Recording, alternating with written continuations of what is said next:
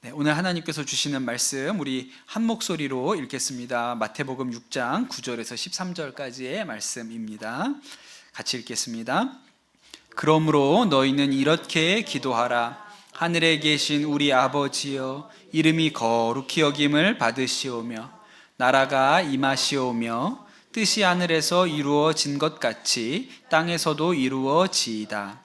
오늘 우리에게 일용할 양식을 주시옵고 우리가 우리에게 죄 지은 자를 사하여 준 것 같이 우리 죄를 사하여 주시옵고 우리를 시험에 들게 하지 마시옵고 다만 악에서 구하시옵소서. 나라와 권세와 영광이 아버지께 영원히 있사옵나이다. 아멘. 네, 우리가 주기도문을 배우면서 이 주기도문, 예수님이 가르쳐 주신 기도에 총 6번의 간구가 나온다고 제가 그렇게 말씀을 드렸습니다. 그 중에 앞부분에 나오는 3가지는 하나님을 향한 기도입니다. 우리말로 번역된 주기도문에는 당신의 라는 말이 빠져 있거든요. 그래서 그걸 넣으면 당신의 이름이 거룩히 여김을 받으시오며 당신의 나라가 임하시오며 당신의 뜻이 하늘에서 이룬 것처럼 땅에서도 이루어지이다. 이게 앞에 하나님을 향한 3가지 간구가 되겠습니다. 오늘부터는 후반부에 나오는 3가지 기도에 대해서 하나씩 알아보려고 하는데, 여기에 나오는 뒤에 3가지 기도는 우리를 향한 기도예요. 주어가 우리거든요. 우리로 시작하는 기도입니다. 그 첫 번째가 오늘 우리에게 일용할 양식을 주시옵고 라는 기도입니다. 어떻게 보면 좀 의외의 기도예요. 예수님께서 무엇을 먹을까, 무엇을 마실까, 무엇을 입을까 염려하지 말라. 이것은 다 이방인이 구하는 것이다. 그렇게 말씀을 하시고 먼저 그의 나라와 의를 구하라고 얘기하셨거든요.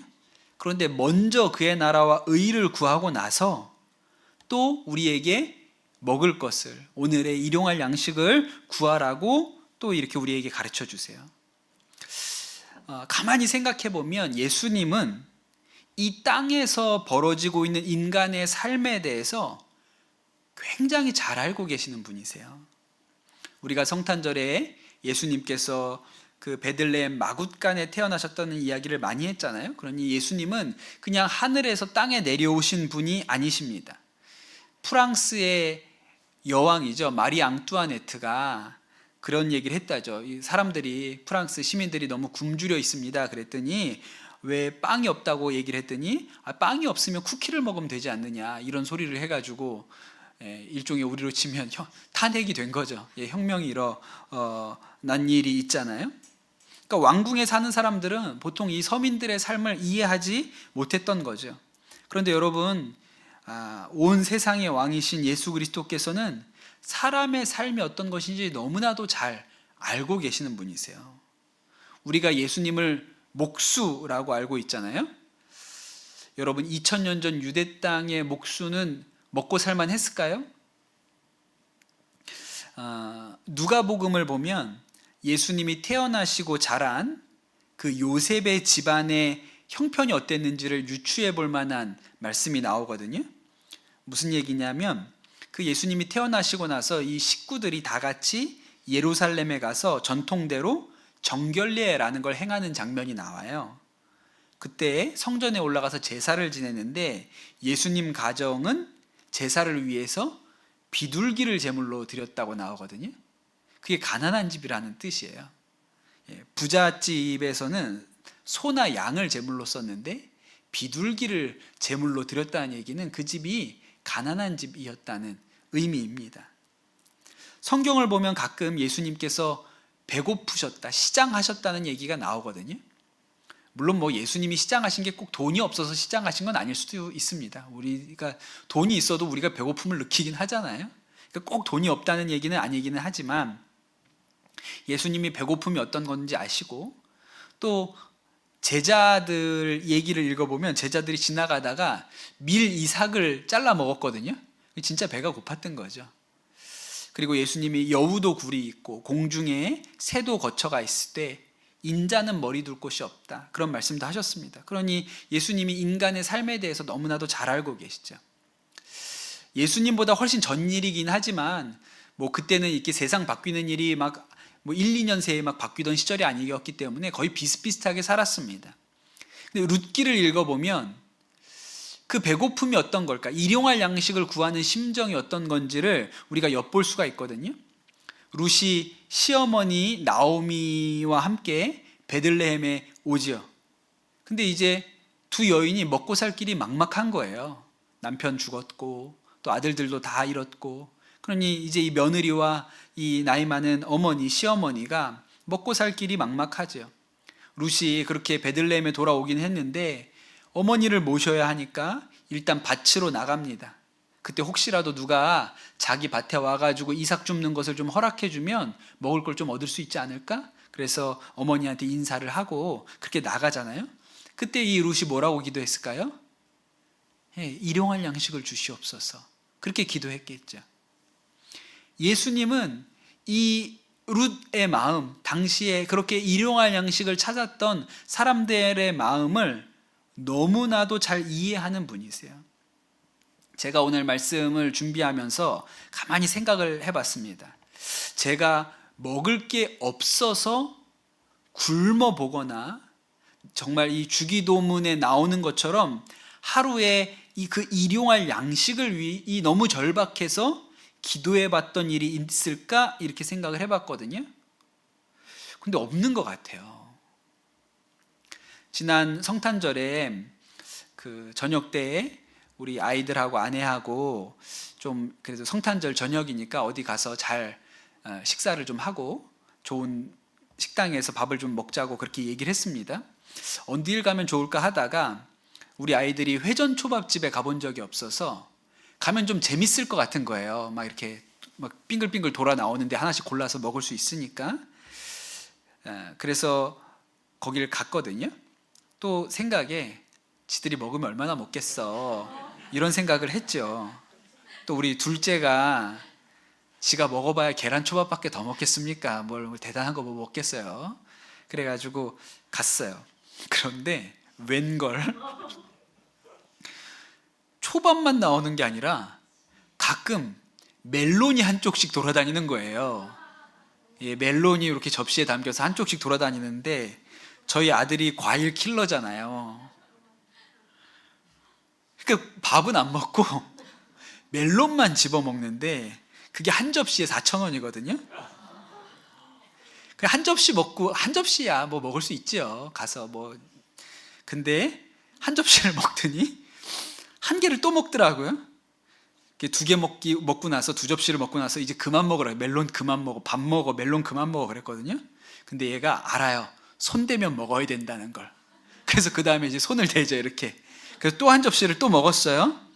결국 4접시를 먹었습니다, 멜론을. 그래서 멜론값만 16,000원이 나온 거예요. 물론 굉장히 당혹스럽기는 하지만 제가 크리스마스에 그 정도 할 수 있는 능력은 되잖아요. 다시는 안 데려가려고 마음은 먹었습니다. 제가 아주 뭐 이렇게 어려움 없이 큰 사람은 아니에요. 뭐 아주 유복한 환경에서 어려움 없이 큰 사람은 아니거든요. 아버지 사업 망했던 일도 있었고, 학비를 못 낼 위기도 있었고, 진짜 집이 너무 어려웠을 때 하나님이 이렇게 진짜 일용할 양식을 공급해 주시는, 먹을 걸 집에 이렇게 사람들을 통해서 채워주시는 이런 기적 같은 일들도 보면서 자랐습니다. 그런데도 불구하고 먹을 걸, 오늘 양식을 위해서 기도해 본 적은 없는 것 같아요. 그러니까 그냥 그래도 먹고 살만 했던 것이죠. 그러니 저는 개인적으로는 일용할 양식을 주십시오 하는 이 심정을 잘 이해하지 못합니다. 그러나 예수님은 제가 아는 것보다 훨씬 더 잘 이해하시죠. 그 일용할 양식이 없는 형편에 대해서 예수님은 저보다 훨씬 잘 이해하시는 분이세요. 정성필이라는 시인이 있는데 이분이 쓰신 시 중에 아이야 아프지 마라 라는 시가 있습니다. 제가 조금만 읽어드릴게요. 아이야 아프지 마라. 집에 남은 돈 10만 원이 전부란다. 전기세, 수도세, 가스값, 전화세, 의료보험, 자동차세, 주민세, 관리비, 신문값. 아, 신문은 끊었지. 그래도 우유값에 너희 둘 교육비 합쳐 15만 원, 사글세 10만 원, 융자금에 카드 비용까지 메우고 나면 남는 돈 10만 원이 전부란다. 우리가 가진 것이 이것뿐이라면 아빠가 살아야 할 이유는 오직 너희뿐. 아이야, 아프지 마라. 내가 아프면 돈 때문에 너를 외면할 수도 없고 너 아픈 거 치료하기 위해 아빠의 정직을 팔아넘길 수도 없는 현실에서 해줄 수 있는 말은 아이야, 아프지 마라. 되게 간절한 아버지 마음이에요. 그런데 이 마음을 제가 이해하는 것보다 훨씬 더 잘 이해하시는 분이 예수님이시라는 것이죠. 그런데 여러분, 저나 비슷하게도 지금 우리 오늘 이 말씀을 듣는 우리 교인들 대부분은 일용할 양식을 구해야만 하는 그런 처지에 있지는 않아요. 그렇다면 여러분, 일용할 양식을 달라고 하는 이 기도가 우리한테 어떤 의미가 있을까요? 사실은 여러분, 먹을 것이 어디로부터 나오는지가 우리의 생명줄입니다. 제가 군인교회 목회를 하면서 보니까 군인들은 진짜 진급에 목숨을 겁니다. 그 군인교회는 진급 시즌만 되면 아주 절박해요. 그때는 누가 특별 새벽 기도를 안 해도 특별 새벽 기도가 됩니다. 그냥 많이 와요, 새벽에. 왜 그럴까요? 그게 높은 계급으로 올라가고 싶은 명예욕 때문일까요? 그렇지 않습니다. 보다 본질적인 거예요. 왜냐하면 진급이 밥줄이거든요. 진급이 안 되면 제대를 해야 되고 그러면 밥줄이 끊기는 거예요. 그러니 군 생활이 때로는 고생스럽고 때려치고 싶을 때도 있지만 연금을 탈 수 있는 정년에 도달할 때까지는 어떻게든 버텨야 돼요. 그게 군인들이 가지고 있는 마음입니다. 더 오래 할 수 있으면 좋고요. 그런데 한번 이렇게 생각해 보세요. 군인인데 아버지가 꽤나 재력가예요. 군대 말고도 밥줄이 또 있어요. 그러면 굳이 고생할 이유 없는 거예요. 굳이 참을 이유도 없고요. 여러분, 요 근래에 의대가 가장 선호하는 학과잖아요. 제일 인기가 많죠. 그러니까 요새 저 대치동에서는 초등학교 때부터 의대 가래들 따로 해가지고 공부한다고 이런 얘기들이 나오죠. 대체로 그 의예과는 전통적으로 점수가 높은 과이기는 하죠. 그러나 늘 1등은 아니었다 그래요. 저는 모르는 시대지만 1960년대는 화공과가 제일 인기였다 그렇고 80년대는 전자공학과, 90년대는 컴퓨터공학과가 의대보다 인기 있는 과였던 때가 있다고 합니다. 그런데 언제부터 의대가 가장 인기 있는 학과가 되었을까요? 대략 그 기점을 97년으로 봅니다. IMF가 터지고 난 이후로부터 그렇다는 거예요. 왜냐하면 그 이후로 IMF 이후로 우리나라는 대부분의 직장이 정년을 보장하지 않습니다. 그러니까 좋은 대학 나와서 대기업에 취업을 했는데 나이 50이면 나가라 그러는 거예요. 그런데 의사라는 직업은 정년이 없죠. 본인이 할 수만 있으면 계속 할 수 있는 게 의사라는 직업의 특징이에요. 그러니까 여러분, 갑자기 인간 생명에 대한 존중의 마음이 커져가지고 의대 지원생이 많아진 게 아니에요. 밥줄과 관련되어 있죠. 먹고 사는 일과 관련이 되어 있어요. 그러니 여러분, 정말로 우리가 하나님께서 우리에게 일용할 양식을 주신다, 하나님이 우리에게 일용할 양식을 책임지신다고 믿는다면 우리가 신앙생활하는 모습이 의대 들어가려고 준비하는 사람하고 비슷해야 되는 거예요. 조지 뮬러는 그렇게 살았거든요. 조지 뮬러가 1838년 11월 21일에 썼던 일기입니다. 이렇게 썼어요. 오늘처럼 돈이 달린 적이 없다. 고아들을 돌보는 집이 3군데나 되지만 수중에 동전 한 입도 남아있지 않다. 그러나 우리는 오늘 맛있게 저녁을 먹었다. 하나님께 감사드렸다. 하지만 당장 내일부터 아이들을 먹일 빵이 없다는 것이 문제이다. 나는 고아들을 돌보는 형제 자매들과 새벽 1시까지 기도했다. 기도를 마친 후 하나님께서 어떤 식으로 우리를 구해주실지 기다려보자고 말했다. 무척 심각한 상황이다. 그러니까 진짜 내일 먹을 음식을 위해서 1시까지 그 같이 일하는 동역자들하고 1시까지 기도할 수밖에 없는 상황인 것이죠. 다음 날 무슨 일이 일어났을까요? 다음 날 운동 삼아서 좀 평소에 다니지 않던 길로 좀 멀리 돌아서 그 집으로 오던 길에 어떤 형제를, 알고 있는 형제를 만났다는 거예요. 근데 그분이 깜짝 놀라면서 하는 얘기가, 제가 당신을 만나러 2번이나 고아원을 찾아갔는데 못 봤습니다. 만나지 못했는데 이렇게 길에서 만나게 되네요. 너무 잘 됐습니다. 그러면서 그 형제가 20파운드를 건네주더라는 거예요. 내가 1분만 빨리 지나갔어도, 1분만 늦게 지나갔어도 이 사람을 만나지 못했을 텐데, 내가 평소에 다니지 않던 길에서 이 사람을 딱 만나서 하나님께서 그날 먹어야 될 식사에 필요한 돈을 채워주셨다는 거예요. 그러니 조지 뮬러는 어떻게 인생을 살았습니까? 하나님 앞에 매달리는 것. 하나님이 우리의 먹을 것을, 우리의 삶을 책임져 주실 유일한 분이라고 믿고 매달렸죠. 우리 고등학교 3학년 학생이 의대 가려고 공부하는 것처럼 하나님 앞에 매달렸단 말이에요. 지금도 그렇습니다. 지금도 하나님께서 하나님을 의지하는 연습을 우리에게 요구하실 때가 있어요. 예를 들어서 예수전도단이나 순회선교단 선교사님들은 급여가 없잖아요. 후원자들을 모집하죠. 그래서 하나님의 공급하심으로 먹고 사는 훈련들을 합니다. 그것이 하나님의 방식이죠. 하나님께서 이스라엘 백성을 자신의 백성으로 만들기 위해서 광야에서 이 훈련을 하신 거예요. 그때는 먹을 것이 오로지 하나님께 달려 있었습니다. 하나님께서 아침마다 만나를 내려주셔야 그날의 일용할 양식이 채워지는 거예요. 그렇게 40년을 살았습니다. 그래서 여러분, 오늘 우리가 일용할 양식을 주옵소서라고 기도하는 것은 단지 먹을 것에 대한 문제가 아닙니다. 여기에 오늘 하루가 온전히 하나님께 달려있다는 믿음을 고백하는 거예요. 생각해 보세요. 예수님 당시에는 먹을 게 고민이기는 했지만 교통사고는 없던 시절이었어요. 그렇죠? 그때는 교통사고 날 일이 없어요. 그런데 여러분, 지금은 얼마나 사고가 많은지 모릅니다. 작년 기준으로 우리나라에서 교통사고로 하루에 몇 명씩 목숨을 잃는지 아세요? 보통 7명씩 죽는 거예요. 그런데 이게 사고율이 매우 떨어진 거라고 합니다. 지금 우리나라가 이렇게 교통에 대해서 많은 안전장치들이 돼서 사고율이 많이 줄어든 거예요. 91년도에는 하루에 35명씩 죽었다 그랬어요. 근데 여러분, 이런 사고가 누구에게나 일어나죠.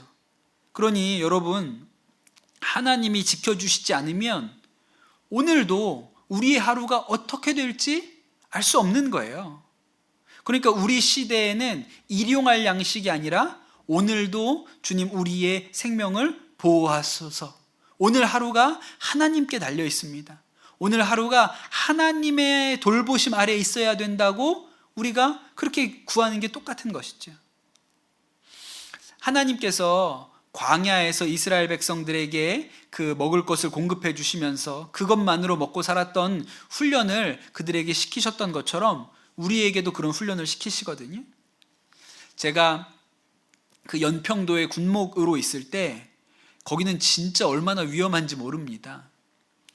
늘 전쟁 위기에 있었어요. 그때도 남북 관계가 완전히 냉각기로 접어드는 때에 제가 연평도에 있었거든요. 그 앞서서 2번이나 연평해전이라는 전쟁이 있었어요. 그때 벌써 우리나라 군인들이 여러분이 전사하는 제2연평해전에서 여러 군인들이 목숨을 잃기도 했죠. 그래서 연평도에 있으면 우리 해군들이 그 NLL 북방 한계선으로 배를 타고 나가는 작전을 매일매일 합니다. 매일매일 나가요. 근데 여러분, 이게 얼마나 두려운 일인지 몰라요. 왜냐하면 바다는요, 숨을 데가 없어요. 북한 땅이 지척입니다. 북한 배가 나오면 우리가 이렇게 보고 있죠. 북한 배가 이렇게 바다 사이에 뭐가 있는 게 아니에요. 그냥 이렇게 금 거놓은 것도 아니잖아요. 그냥 북한 배랑 우리 배가 이렇게 보고 있어요. 저쪽에서 움직이기 시작하면 우리도 움직이죠. 근데 그 문제만 있는 게 아니라 북한 육지에서도 우리를 공격할 수 있는 거예요. 북한 육지에서 미사일이나 북한 육지에서 포로 우리 함정을 공격할 수도 있어요. 그래서 그 NLL 주변에는 큰 배는 안 갑니다. 북한이 노리니까.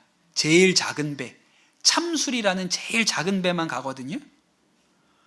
근데 그 배를 타고 매일 우리 해군들이, 수병들이 나가요. 그리고 가만히 보고 있는 거예요, 북한 땅을. 언제 날아올지 모르는데. 그러니 거기서 목회를 하고 있는 저는 마음이 어떠냐면 늘 조마조마하죠. 하나님이 지켜주시지 않으면 우리 병사들 목숨을 누가 지키겠습니까?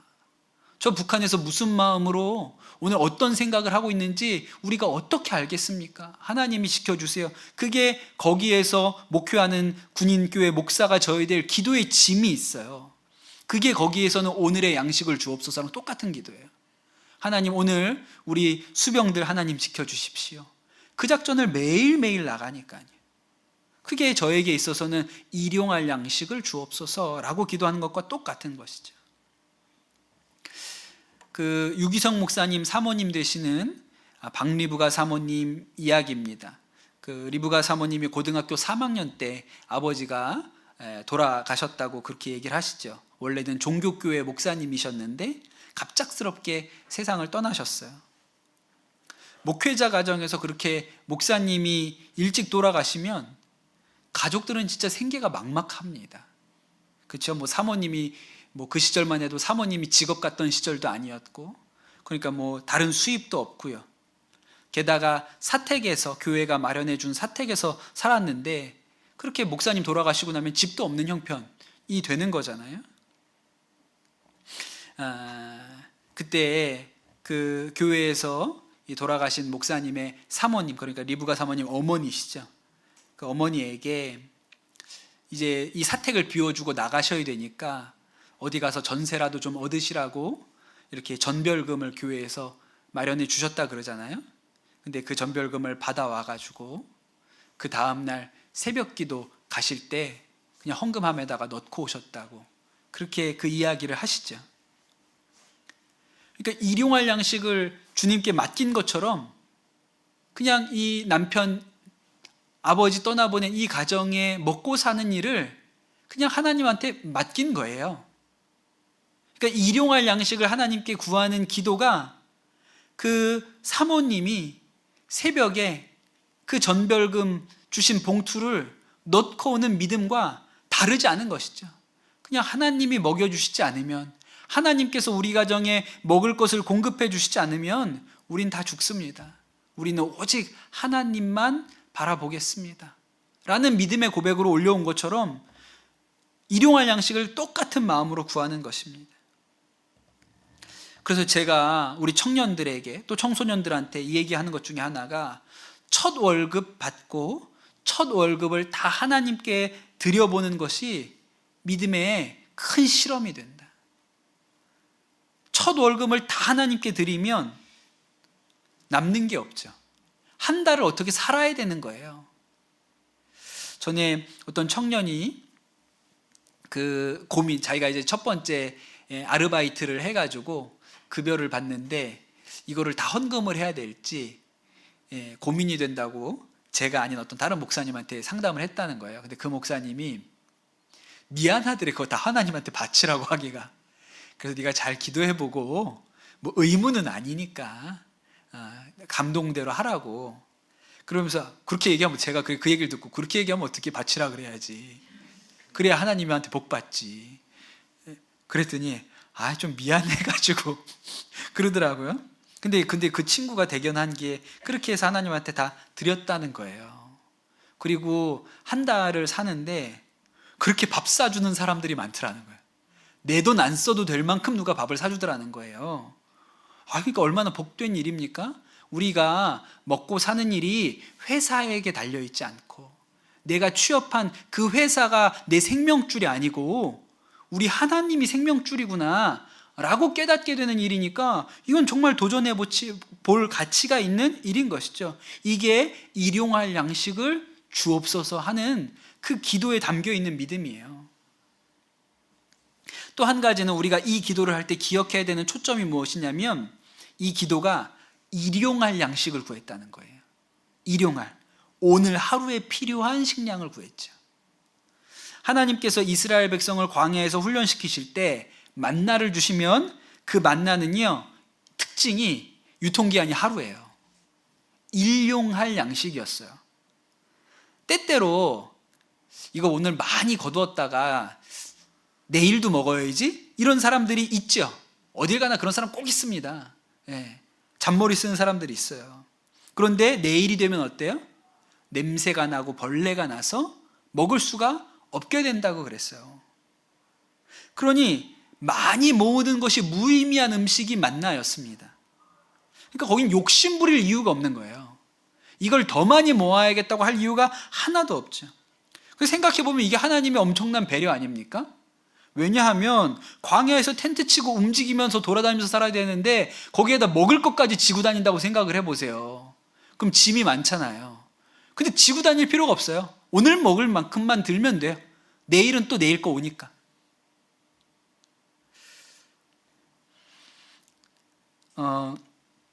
그런데도 사람이 욕심을 부려서 더 많이 모으는 일들이 생겨요. 근데 왜, 여러분 한번 생각해 보세요. 왜 이거 하루치라 그러는데, 하루만 먹는 거라 그러는데 왜 더 많이 모으려는 사람들이 있을까요? 하나님께서 내일도 일용할 양식을 준다는 믿음이 없으니까 더 모으려고 하죠. 그러니까 욕심이 믿음 없음에서 나와요. 그런데 여러분, 우리가 기도할 때도 그 기도를 욕심으로 할 수 있다는 것을 깨달아야 합니다. 실제로 많은 기도가 자신의 욕심을 채우는 수단으로 오용될 때가 있어요. 야고보서 4장 2절에 너희는 욕심을 내어도 얻지 못하여 살인하며 시기하여도 능히 취하지 못하므로 다투고 싸우는도다. 너희가 얻지 못함은 구하지 아니하기 때문이요 구하여도 받지 못함은 정욕에 쓰려고 잘못 구하기 때문이라 그랬어요. 우리가 하나님 앞에 구하는 것 중에 잘못 구하는 게 있습니다. 욕심으로 구하는 게 있어요. 제가 큰 교회 사역을 하다 보니까 굉장히 다양한 여러 사역자들하고 같이 동역을 해보게 되면서 가끔 보면 주님의 일도 욕심으로 하게 되는 경우가 있어요.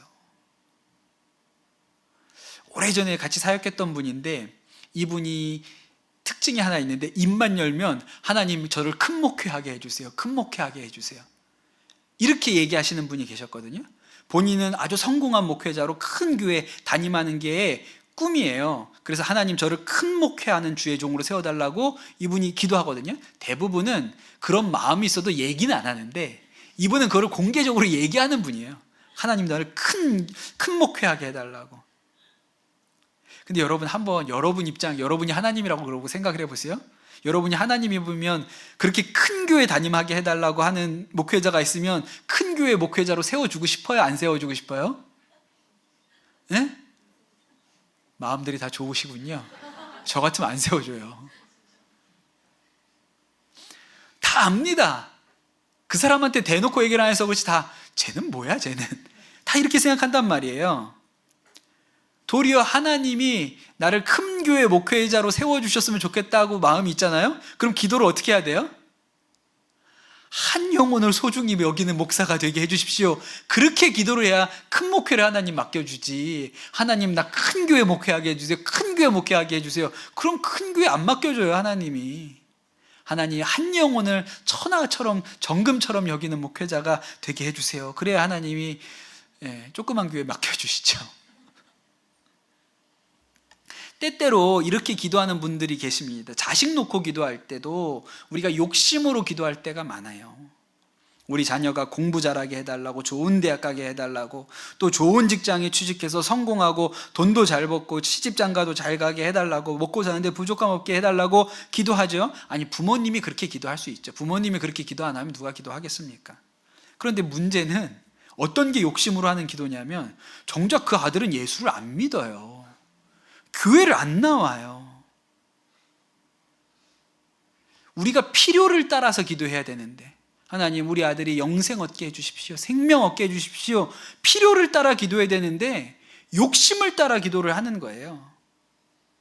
그러니 하나님이, 예수님께서 우리에게 일용할 양식을 주옵소서라고 기도를 가르쳐 주실 때는 필요를 따라 기도하라. 욕심을 따라 기도하지 말라. 일용할 양식이니까요. 또 마지막으로 한 가지 더, 일용할 양식을 주시옵고 라고 기도할 때 또 빼놓지 말고 우리가 꼭 깨달아야 하는 것 중에 하나는, 이 일용할 양식이 나를 위한 것이 아니라 우리를 위한 간구라는 거예요. 오늘 우리에게 일용할 양식을 주시옵고, 이렇게 기도하라고 가르쳐 주셨거든요. 그러니 여러분, 이때 구하는 일용할 양식이 내가 먹을 일용할 양식이 아니에요. 우리가 먹을 일용할 양식입니다. 아까 룻 얘기를 잠깐 했는데, 룻이 이삭을 줍기 위해서 밭으로 나갔죠. 룻이 이삭 주스러 나가면서 하나님한테 이 기도를 했을 거예요. 일용할 양식을 주시옵소서. 그런데 룻이 말하는 일용할 양식은 자기 입으로 들어갈 양식이 아닙니다. 또 누가 있어요, 거기에? 시어머니가 있어요. 나오미도 봉양할 수 있는 일용할 양식인 거예요. 예수님께서 어떤 남자 이야기를 하나 하시거든요. 어떤 부자가 농사가라를 아주 잘 지었습니다. 밭에 소출이 너무 많아요. 그래서 이 곡식을 어떻게 하면 내가 노후에 잘 활용할 수 있을까, 그렇게 생각을 하다가 곳간을, 창고를 크게 지어야겠다, 그렇게 생각을 하죠. 그리고 창고를 크게 짓습니다. 그리고 거기에다가 밭에서 모아둔 모든 소출을 잘 모아놨어요. 그리고선 기분이 좋은 거예요. 야, 충분하다. 이만큼 모아놨으면 걱정 안 하고 살겠다. 그런 생각이 들었어요. 그런데 예수님께서 이 남자를 향해서 그가 어리석은 자라고 얘기하죠. 왜냐하면 그날 밤에 하나님께서 이 부자의 영혼을 데려가시면 그 재물은 누구께 되냐는 거예요. 그리고 이 남자에 대해서 뭐라고 평가하냐면, 누가복음 12장 21절에 자기를 위하여 재물을 쌓아두고 하나님께 대하여 부유하지 못한 자가 이와 같다 그랬어요. 자기를 위하여 재물을 쌓아두고 하나님에 대해서는 부유하지 않은 자다. 여러분, 우리가 많이 쌓아 놓아봐야 그것이 일용할 양식이라는 것을 깨달아야 합니다. 세계 최고의 부자였던 존 록펠러가 죽었을 때 사람들이 그의 재산을 관리하던 관리인에게 록펠러가 죽으면서 얼마만큼의 재산을 남겼습니까? 라고 물어봤다는 거예요. 그랬더니 그 회계 담당자가 뭐라고 얘기했냐면, 그가 가진 전부를 남겼습니다. 한 푼도 못 들고 갔어요. 그러니 여러분, 그게 다 일용할 양식이에요. 만나예요. 내일이 되면 내 게 아닌 거예요. 내일이 되면 냄새가 나서 벌레가 나서 목 먹는 겁니다. 그럼 어떻게 하면 될까요? 내가 만나를 많이 모았습니다. 그런데 여러분, 만나는 유통기한이 오늘이 끝이잖아요. 많이는 모았어요. 그럼 어떻게 해요? 오늘 몸이 불편해서 많이 못 모으는 사람 있을 거 아니에요? 그 사람 주는 것밖에 방법이 없어요. 내일이면 의미가 없으니까요. 예수님이 뭐라고 말씀하셨냐면, 마태복음에 너희를 위하여 보물을 쌓아두지 말라. 거기에는 좀과 동록이 해하며 도둑이 구멍을 뚫고 도둑질을 하느니라. 오직 너희를 위하여 보물을 하늘에 쌓아두라. 그럼 하늘에는 어떻게 쌓아둘까요? 누가복음 12장 33절에 너희 소유를 팔아 구제하여 낡아지지 아니하는 배낭을 만들라. 곧 하늘에 둔 바 다함이 없는 보물이니 거기는 도둑도 가까이 하는 일이 없고 좀도 먹는 일이 없느니라. 어떻게 하면 하늘에 보물을 쌓을 수가 있습니까? 너희 소유를 팔아 구제하라 그랬어요. 그러면 하늘에 쌓는다는 거예요.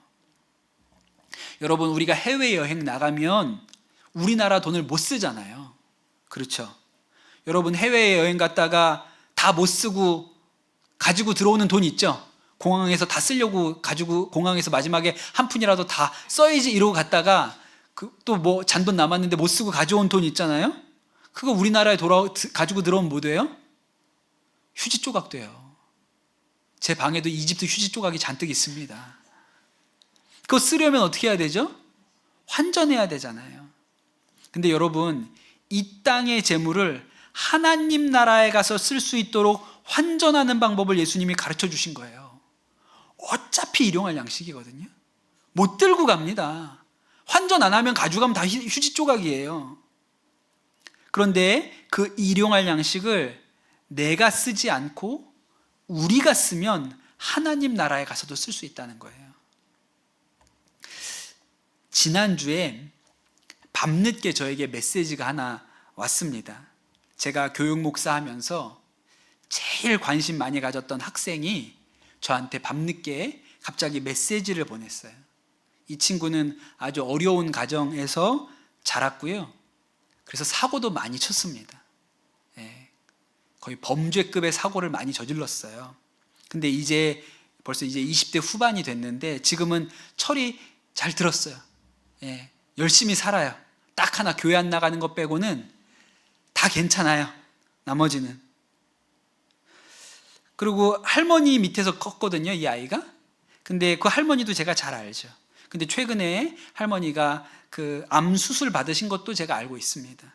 그래서 그것도 도울 방법들을 좀 찾아서 제가 연락도 하고 연결도 해주고 그러는 일들을 했거든요. 근데 그날 밤중에 저한테 메시지가 왔어요. 제가 이 아이를 안 지가 벌써 거의 20년이 됐는데 한 번도 그런 일이 없었는데 저에게 5만 원을 빌려달라고 메시지가 왔어요. 그리고 20일이 되면 자기가 갚을 자신이 있다고 5만 원을 빌려달라고 그러는 거예요. 이게 무슨 피싱인가? 이런 생각도 들었는데 맞춤법이 많이 틀린 걸 보니까 피싱은 아니에요. 제가 그래서 바로 전화를 했죠. 전화를 했더니 무슨 일이냐고 했더니 지금 할머니가 많이 아프신 것 같아서 집으로 가고 있는데 응급실에 모시고 가야 할 것 같은데 수중에 돈이 없다는 거예요. 그래서 저한테 5만 원을 달라고 한 거예요. 그래서 제가 보내줬죠. 5만 원만 보냈겠습니까? 여러분 응급실 가는데 5만 원 가지고 되겠어요? 그래서 몇 배를 보내줬죠. 그리고 이거 가지고도 모자르면 또 연락을 해라. 그럼 또 내가 필요한 대로 채워줄 테니까 또 연락을 하라고 그렇게 했어요. 그렇게 돈을 보내고 나는데 잠시 후에 또 메시지가 왔는데 지금 집에 가다가 할머니랑 통화가 됐는데 할머니가 심각한 상황이 아니라고 집에 안 와도 된다고 올 필요 없다고 그렇게 얘기를 하셨다는 거예요. 그러면서 저한테 목사님 계좌번호 다시 알려주세요. 다시 보내드릴게요. 그렇게 저한테 메시지를 보냈어요. 그 제가 어떻게 했을까요? 계좌번호 보내줬을까요? 안 보내줬을까요? 예? 하여튼 우리 교인들은 저를 띄엄띄엄 보는 경향이 있어서 저 양반은 꼭 5만 원에 거기다 이자까지 쳐서 받을 인간이다 이렇게 생각하실지 모르겠는데 안 보내줬어요. 그가 못하러 보내줍니까? 여러분 제가 하늘나라로 송금했는데 그걸 땅으로 못하러 찾아와요. 하늘나라에 보내놓고 묵혀놓으면 여기보다 이자가 훨씬 좋은데 그걸 못하러 여기로 다시 끌고 들어옵니까?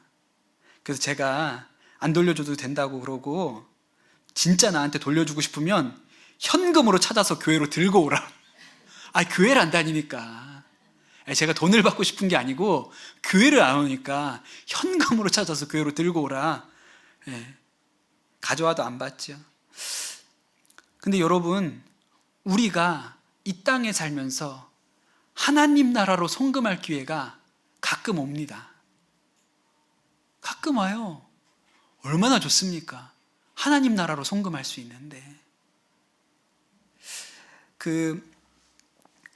저도 이번에 알았는데 해방 후에 황해도에서 넘어온 교인이면 황해도에서 신앙생활 좀 했다 하는 분이면 이찬영이라는 장로님을 모를 수가 없대요. 다 안돼요. 황해도에서 내가 신앙생활 했습니다. 그러면 황해도 은율이라는 곳에 은율교회 이찬영 장로님을 모르는 사람이 없답니다. 이 이찬영 장로님은 가난한 집에서 태어났고 배운 것도 없고 가진 것도 없어서 30살이 될 때까지 장가도 못 간 분이에요. 그런데 이분이 그렇게 가난하고 어려웠는데 언더우드 선교사님한테 전도를 받아서 그때부터 신앙생활을 시작했고 그 황해도 은율교회의 개척 멤버고 아주 정직하고 성실한 분이어서 사람들의 신뢰를 많이 받았던 분이라고 합니다. 이분이 여러 집 일을 도와주고 돈을 모아서 나중에 이렇게 석유, 등불 등에 넣는 그 기름 장사를 해가지고 돈을 좀 모아서 그냥 사람들이 버린 땅, 황무지들을 사 모아서 거기서 열심히 농사를 개간을 해서 농사를 졌다는 거예요. 그래서 좀 돈이 모아졌고 그 모은 돈으로 포목점을 했는데 이 포목점이 장사가 잘 됐대요. 이분이 아주 정직하게 좋은 물건들 이렇게 싼 값에 파니까 장사가 잘 됐나 봐요. 그 돈을 많이 벌어서 나중에는 이 은율의 큰 지주가 되었습니다. 돈을 많이 벌었대요. 그래서 아예 11조 창고가 따로 있었대요. 예, 창고에다 여기는 11조만 모아두는 창고가 따로 있을 정도였고 교회 건물도 지었고 학교도 세우고 뭐 그런 부자였습니다. 근데 이분이 뭐가 유명하냐면 봄과 가을이면 거지를 위해서 일주일간 잔치를 연대요.